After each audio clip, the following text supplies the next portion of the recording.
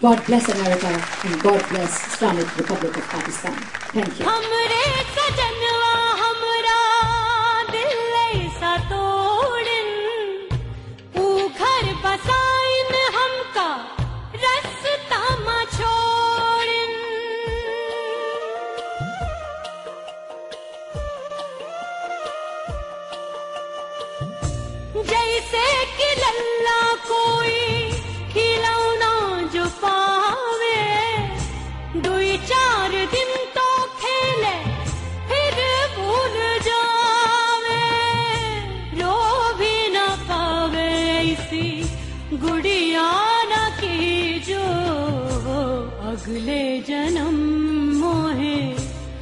الٹیاں نہ کیجو